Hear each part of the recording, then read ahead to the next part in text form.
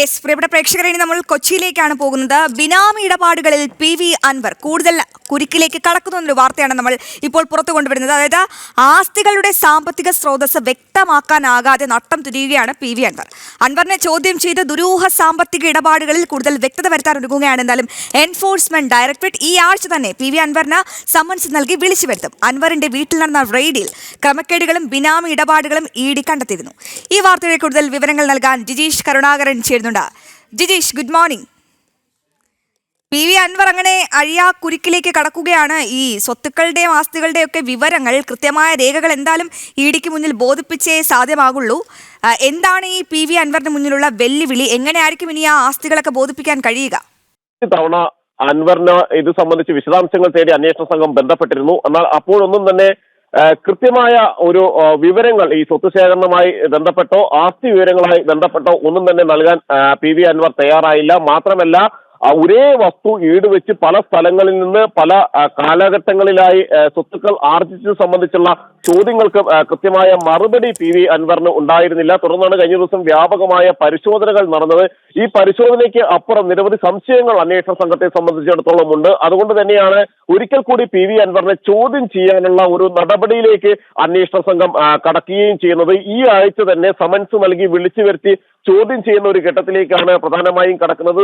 ഈ ആസ്തി വലിയ വർധനവ്, അതായത് സാധാരണ നിലയിൽ ഉള്ളതിനേക്കാൾ പല മടങ്ങ് വർധനയാണ് PV അൻവറിന്റെ സ്വത്ത് സമ്പാദനത്തിൽ ഉണ്ടായിട്ടുള്ളത് എന്ന കാര്യം അന്വേഷണ സംഘം കണ്ടെത്തിയിരുന്നു. അത് 2015 14.38 കോടി രൂപയായിരുന്ന അൻവറിന്റെ ആസ്തി വർദ്ധിച്ചത് പിന്നീട് 64.14 കോടി രൂപയായി വർദ്ധിച്ചു. എന്നാൽ ഇതിന് തക്കതായ ഏതെങ്കിലും തരത്തിലുള്ള വ്യവസായമോ മറ്റു കാര്യങ്ങളോ ചെയ്തതായി ഒന്നും തന്നെ ബോധിപ്പിക്കാൻ PV അൻവറിന് കഴിഞ്ഞിരുന്നില്ല. ഇത് സംബന്ധിച്ചെല്ലാം തന്നെ ചോദ്യം ചെയ്യലിൽ വിശദമായി തന്നെ PV അൻവർ വ്യക്തമാക്കേണ്ടി വരും. മാത്രമല്ല, KSയിൽ നിന്നെടുത്ത് വായ്പകൾ വകമാറ്റിയതായി കണ്ടെത്തിയിട്ടുണ്ട്. ഈ വകമാറ്റിയതിന് ചില ഉദ്യോഗസ്ഥർ കൂട്ടുനിന്നതായി അന്വേഷണ സംഘത്തിന് മനസ്സിലായിട്ടുണ്ട്. ഇത് സംബന്ധിച്ചെല്ലാം തന്നെ പ്രധാനപ്പെട്ട വിവരങ്ങൾ PV അൻവറിൽ നിന്ന് ലഭിക്കേണ്ടതുണ്ട്. നേരത്തെ ഒരു തവണ കോറി ഇടപാടിലെ കള്ളപ്പണ കേസുമായി ബന്ധപ്പെട്ടുകൊണ്ട് PV അൻവറിനെ ചോദ്യം ചെയ്തിരുന്നു. അത് 2023 ഈ ജനുവരിയിലായിരുന്നു ഈ ഒരു ചോദ്യം ചെയ്യൽ നടന്നിരുന്നത്.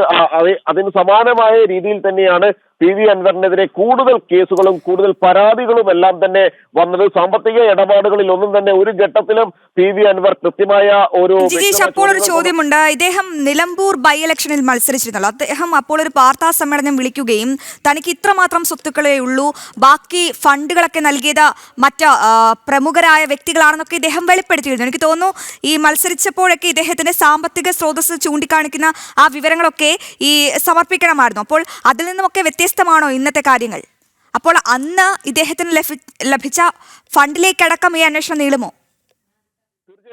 ശരി, ഇക്കാര്യത്തിൽ നേരത്തെ ലഭിച്ച ഫണ്ടുകളിലേക്ക് അടക്കം തന്നെയാണ് പ്രധാനമായും ഈ ഒരു അന്വേഷണം നീളുന്നത്. ആരുടെയെല്ലാം സംഭാവനകൾ, ഫണ്ടുകൾ ആണ്, അല്ലെങ്കിൽ ബിസിനസ്സിൽ ആരെല്ലാമാണ് PV അൻവർ? കാരണം PV അൻവർ നേരിട്ടല്ല ഈ പല ഇടപാടുകളും, സാമ്പത്തിക ഇടപാടുകളും എല്ലാം തന്നെ സ്വത്ത് ആർജനവും എല്ലാം തന്നെ നടത്തിയിരിക്കുന്നത്.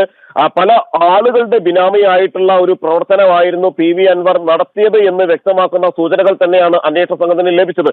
അതുകൊണ്ട് തന്നെ ആരെല്ലാമാണ് ഈ ബിനാമി ഇടപാടിൽ പങ്കാളികളായിട്ടുള്ളത്, ആരുടെയെല്ലാം പണമാണ് PV അൻവറിന്റെ കൈവശം എത്തിയത് എന്ന് സംബന്ധിച്ച് വ്യക്തമാക്കണം.